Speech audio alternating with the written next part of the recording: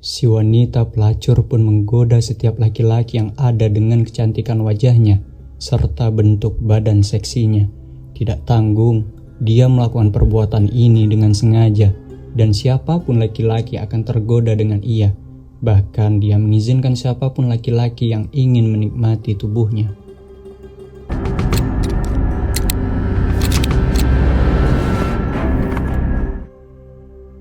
Assalamualaikum warahmatullahi wabarakatuh. Alhamdulillah, nahmaduhu wa nasta'inuhu wa nastaghfiruh wa na'udzu billahi min syururi anfusina wa min sayyiati a'malina may yahdihillahu fala mudhillalah wa may yudlil fala hadiyalah. Sobat Historyzam yang dirahmati Allah, dikisahkan wanita dari Bani Israel yang menggunakan kecantikannya, badannya yang seksi untuk menggoda laki-laki hingga tertarik kepadanya. Bahkan dengan sengaja ia memposisikan ranjangnya tepat di depan pintu rumahnya, sehingga setiap laki-laki yang lewat di depan rumahnya melihat ia dan tergoda untuk menikmati malam bersamanya. Wanita ini pun sudah mematok tarif jika ada seorang laki-laki yang ingin menikmati tubuhnya, sampai-sampai banyak laki-laki yang tergoda dan rela mengantri untuk menikmati si wanita ini. Karena wajahnya yang memang begitu cantik, lagipun bentuk tubuhnya yang seksi. Diriwayatkan Ibnu Qudamah dalam kitab At-Tawwabin, yang turut dinukil Ibnu Watiniyah dalam buku Nisa'ul Aulia, kisah wanita-wanita kekasih Allah. Dikisahkan, ada seorang wanita nakal di kalangan Bani Israel yang selalu menggoda laki-laki dengan kecantikan wajahnya. Pintu rumahnya selalu terbuka. Setiap hari ia duduk-duduk di atas ranjang yang letaknya berhadapan dengan pintu rumahnya. Dia adalah Malika. Setiap pria yang melihatnya pasti tergoda dengan kecantikannya. Mereka bisa bersenang-senang bersama Malika dengan syarat membayar 100 dinar. Malika pun membuka kesempatan kepada siapa saja yang tertarik dengannya asalkan membayar dengan nominal itu. Akhirnya, pada suatu hari ada seorang pemuda abid ahli ibadah yang lewat di depan rumah Malika. Begitu melihat Malika, ia pun tergoda. Sebagai seorang abid, ia lantas berdoa kepada Allah Subhanahu wa Ta'ala supaya menghilangkan hawa nafsunya dari hatinya. Namun, hal itu tak kunjung hilang. Sekuat tenagalah pemuda itu untuk menjaga iman yang telah dibangunnya.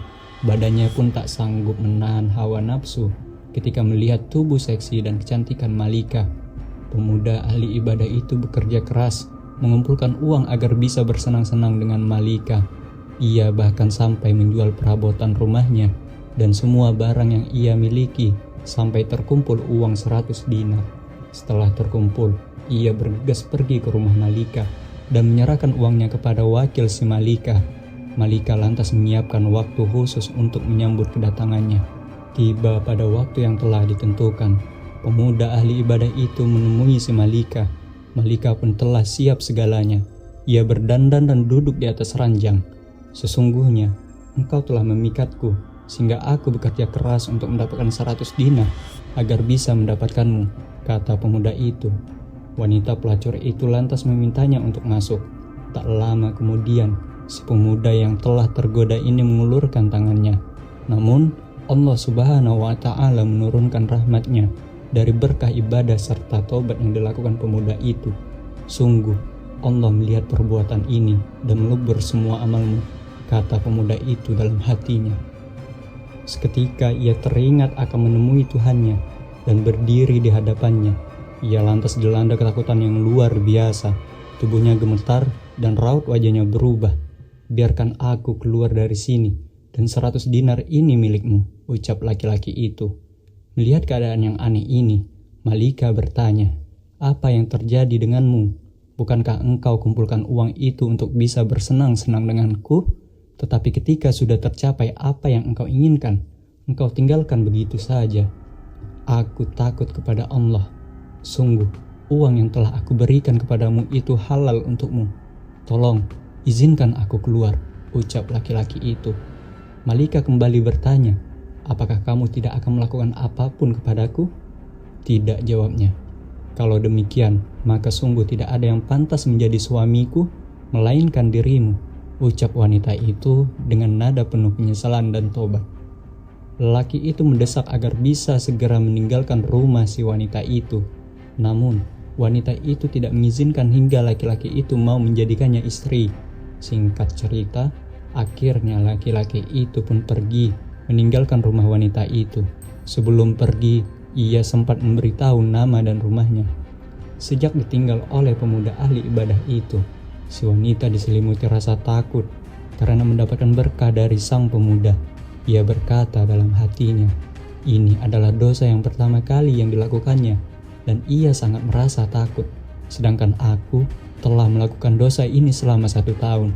Tuhan yang ditaatinya adalah Tuhanku juga, dan seharusnya rasa takutku melebihi rasa takutnya.